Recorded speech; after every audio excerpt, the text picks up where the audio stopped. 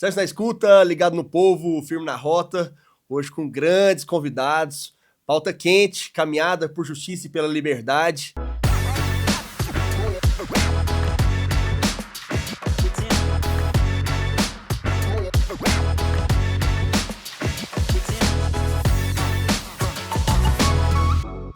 Meu amigo PV Marques, vice-presidente do Novo, seja bem-vindo novamente, o único que veio aqui 2 vezes. Tamo junto, meu irmão. Obrigado, meu amigo. Privilégio estar aqui na sua audiência qualificada, né, no Sanches na Escuta, na TV Capital. Conte conosco.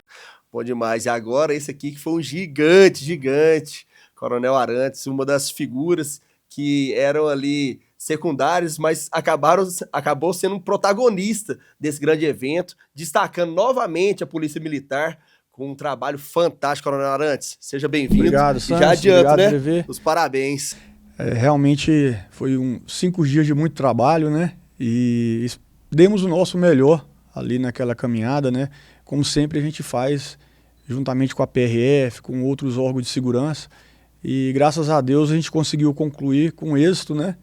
E esperamos sempre poder servir a sociedade da forma que a gente serviu nesses 5 dias. Honrou demais. Todo mundo que eu passo na rua, e por coincidência, né? Já falar uma curiosidade para todo mundo. Fiz um vídeo simples ali na troca, na entrega, na verdade, saindo de Goiás. Passagem do xerifado, exatamente, de Goiás pro Como DF. é que é o termo? Passagem do xerifado. Passou dali, já passou legal. pro outro. Não sabia. É porque nos cursos tem o xerife. Fala aí. Nos cursos de especializada, quando geralmente tem um xerife, né? Ou seja, é como se fosse o chefe de turma na escola, né? Sim.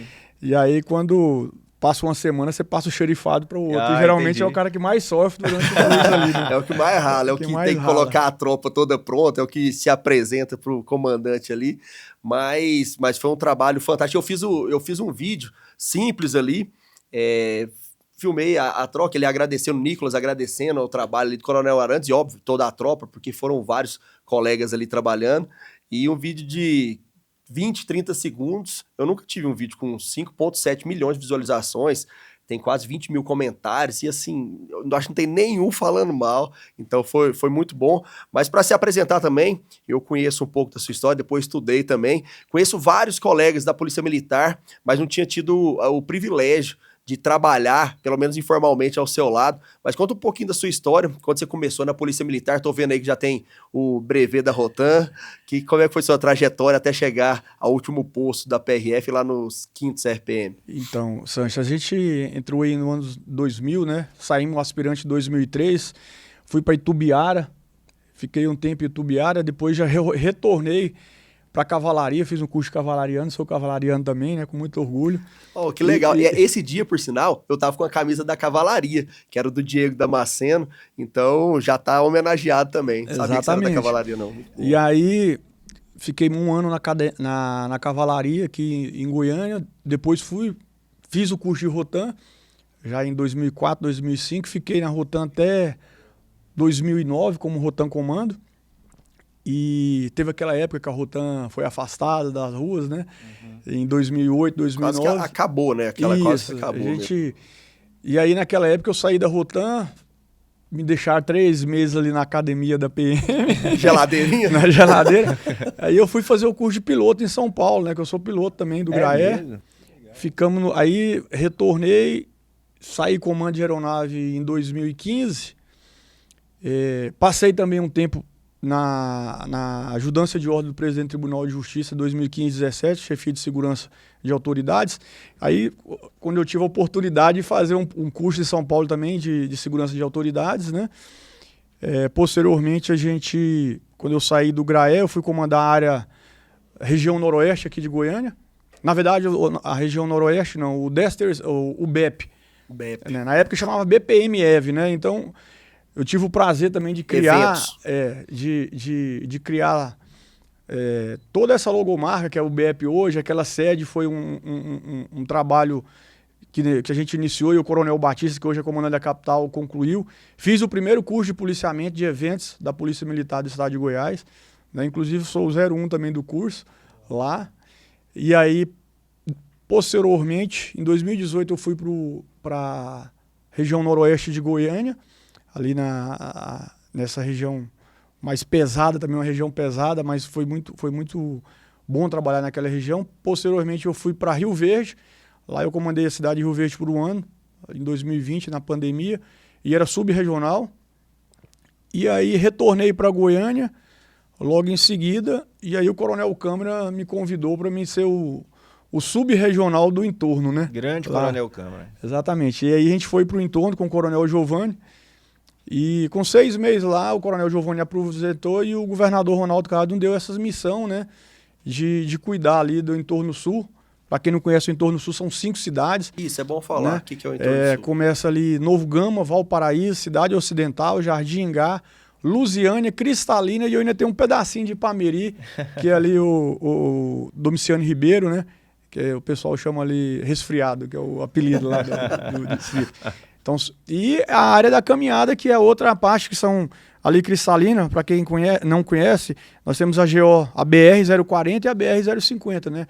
Então, para Paracatu, é a 040 de onde a caminhada veio ali. Então, é uma área bem extensa, bem populosa, mas que, graças a Deus, a gente vem conseguindo controlar a criminalidade lá.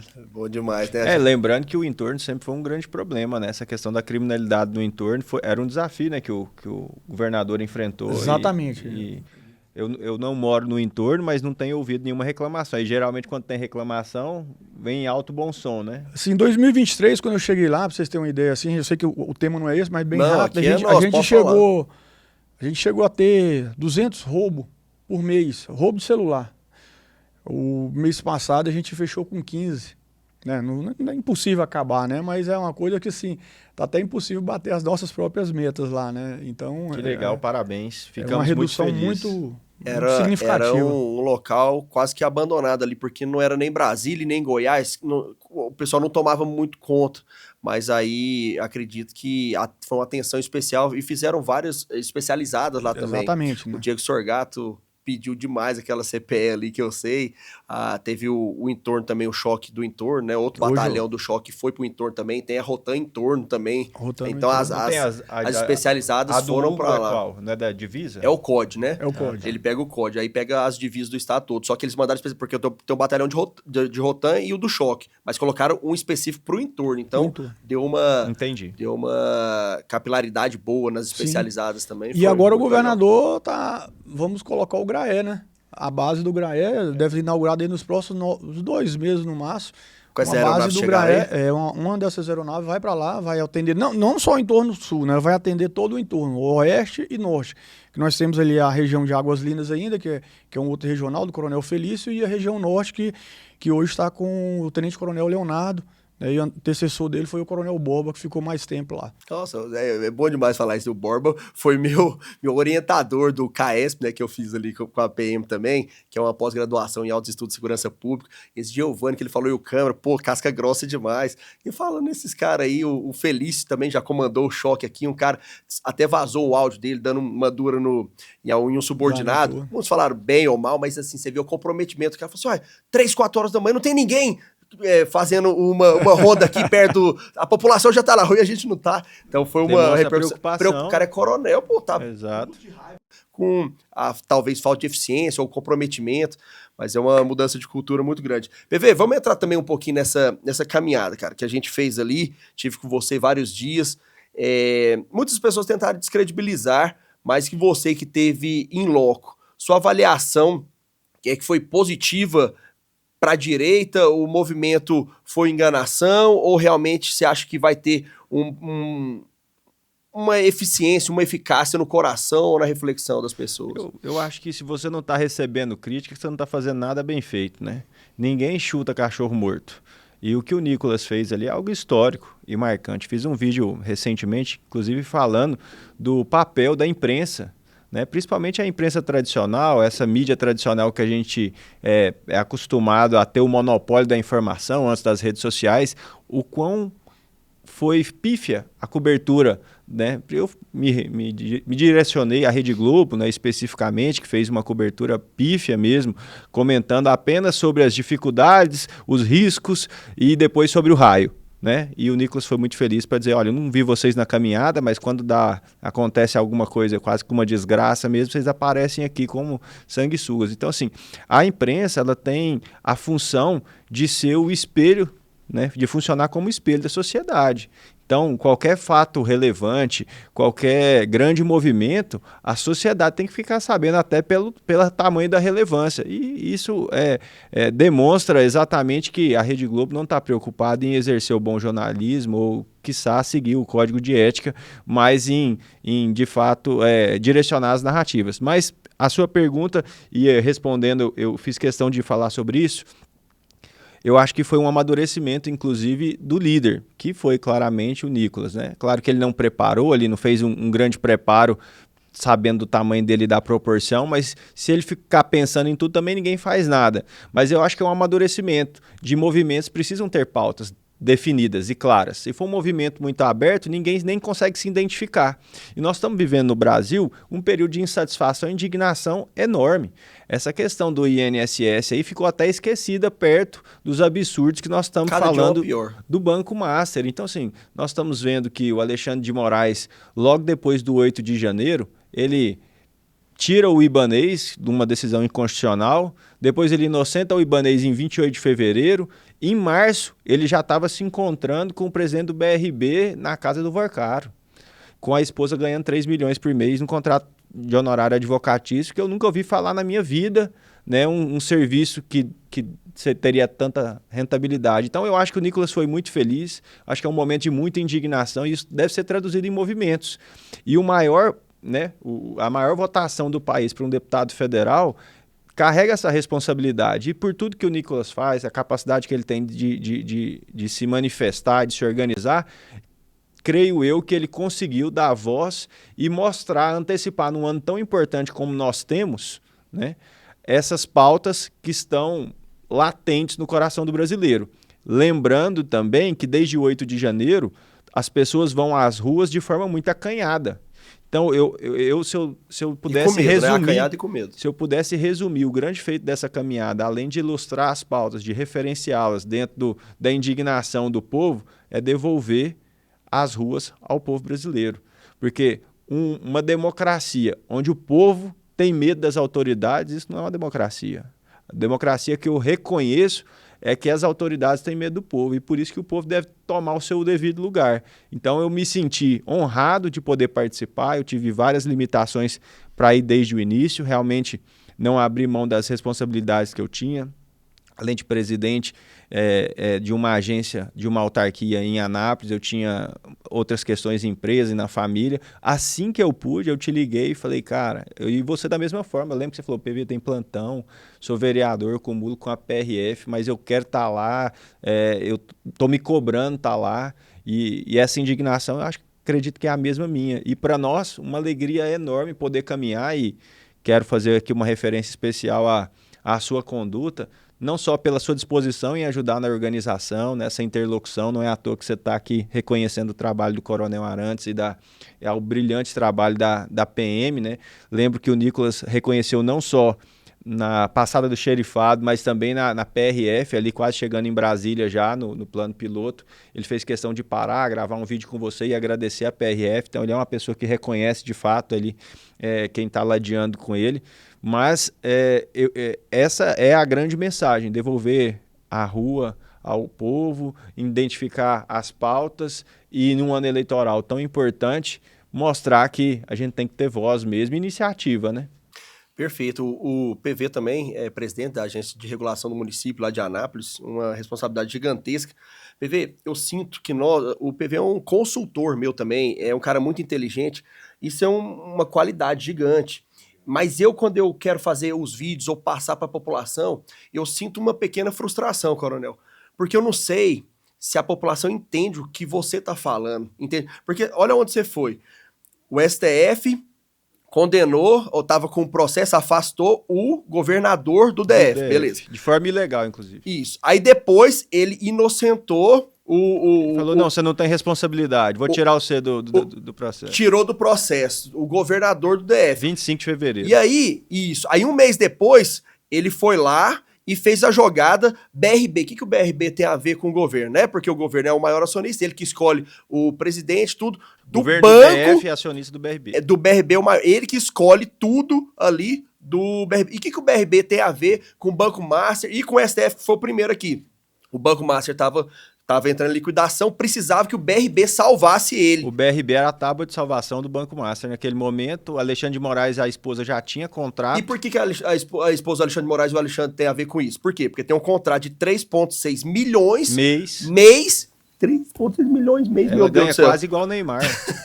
Aí a esposa do ministro da STF ganha 3,6 milhões mês do Banco Master, aí ele inocenta o governador, que é gerente do banco, que esse banco pode comprar o Banco Master, aí faz essa roda toda... E depois vai na casa do presidente do banco e se encontra com o presidente do BRB, que é esse circuito aí absurdo, que no mês seguinte comprou o Banco Master por 2 bi. Entendeu? E aí vieram as investigações. Esse é o Brasil do século XXI. E o nosso presidente reunindo também com o presidente do Banco Master, o presidente do... E o Galípolo, o cara bancou muita coisa importante aí também, porque não deixou que acontecesse muita Desde o Campos Neto já estava sendo acompanhado de perto a questão do Banco Master, tanto é que todas essas questões de 8 de janeiro aí já aconteceu, já havia um acompanhamento muito próximo do tamanho da bagunça que o Banco Master estava promovendo no mercado financeiro. E, em razão disso, você imaginar que um ministro do STF está indo às escusas visitar um banqueiro que está sendo investigado por todas as instâncias e encontra lá o presidente do BRB e depois isso gera uma compra, cara... Assim, mal comparando, porque eu não gosto de ficar fazendo polarização e nem incentivo isso mais. Acho que a gente tem que se aprofundar nas ideias e no diálogo. Mas o Bolsonaro, ele ficou inelegível por causa de uma reunião na frente de todo mundo, na agenda oficial, com os diplomatas lá. Agora a gente vê Lula se encontrando em agenda que não estava na agenda pública, ministros...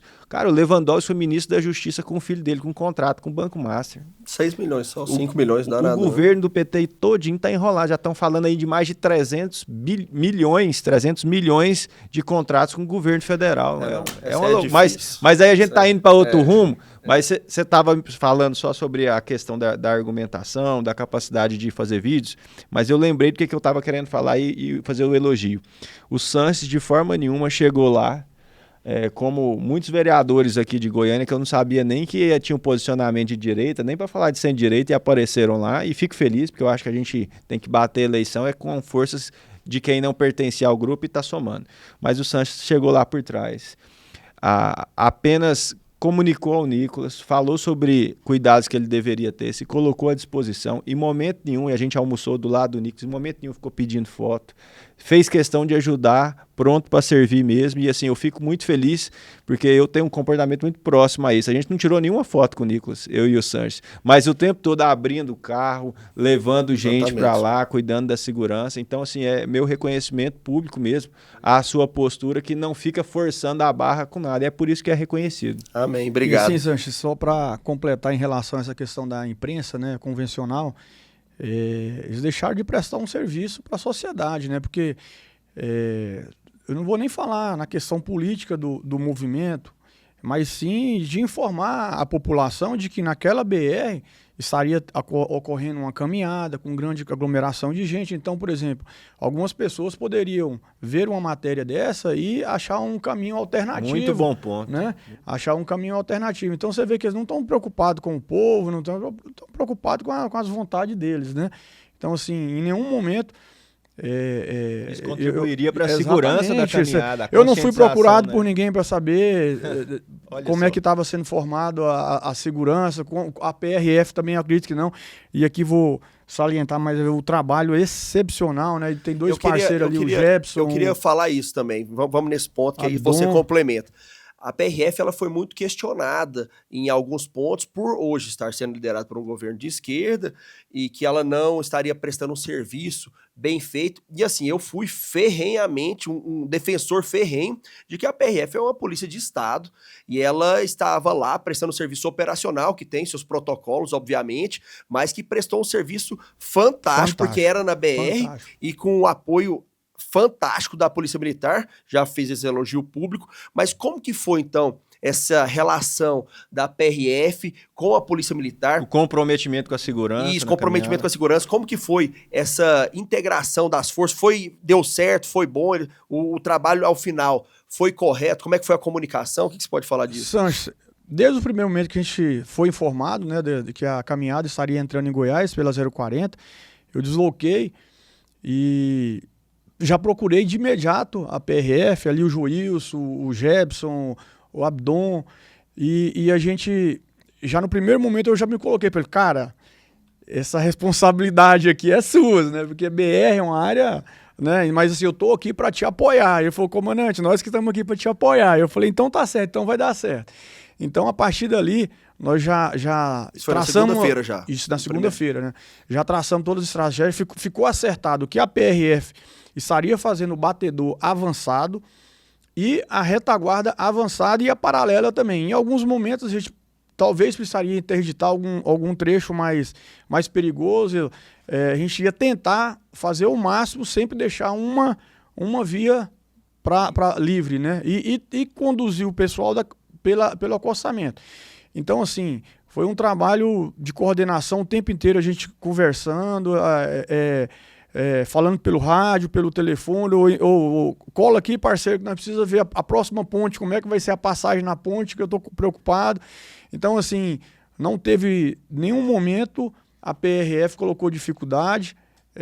A PRF, inclusive, ela fez a parte dela, assim como a PM fez a parte dela, ficou para a PM fazer mais a segurança aproximada, não próximo ali às autoridades que estavam ali, porque aí tinha a Polícia Legislativa Federal também que estava lá, mas sim aquela proteção do público ali que estava na caminhada ali, para evitar. Teve um momento que a gente teve que colocar uma viatura ali do lado da pessoa para funilar e para proteger também, né? Às vezes ninguém sabe. Mas todos tá muito educados, todos muito educados. Às vezes a gente tinha que dar um grito lá, né? Olha, a dificuldade, eu rendo elogio novamente, porque a PM Goiás, ela é famosa por enfrentamento à criminalidade.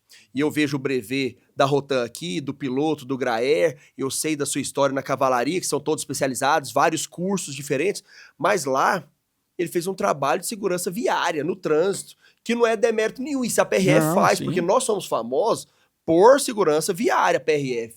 Mas também enfrenta a criminalidade, narcotráfico, tráfico de pessoas, tudo.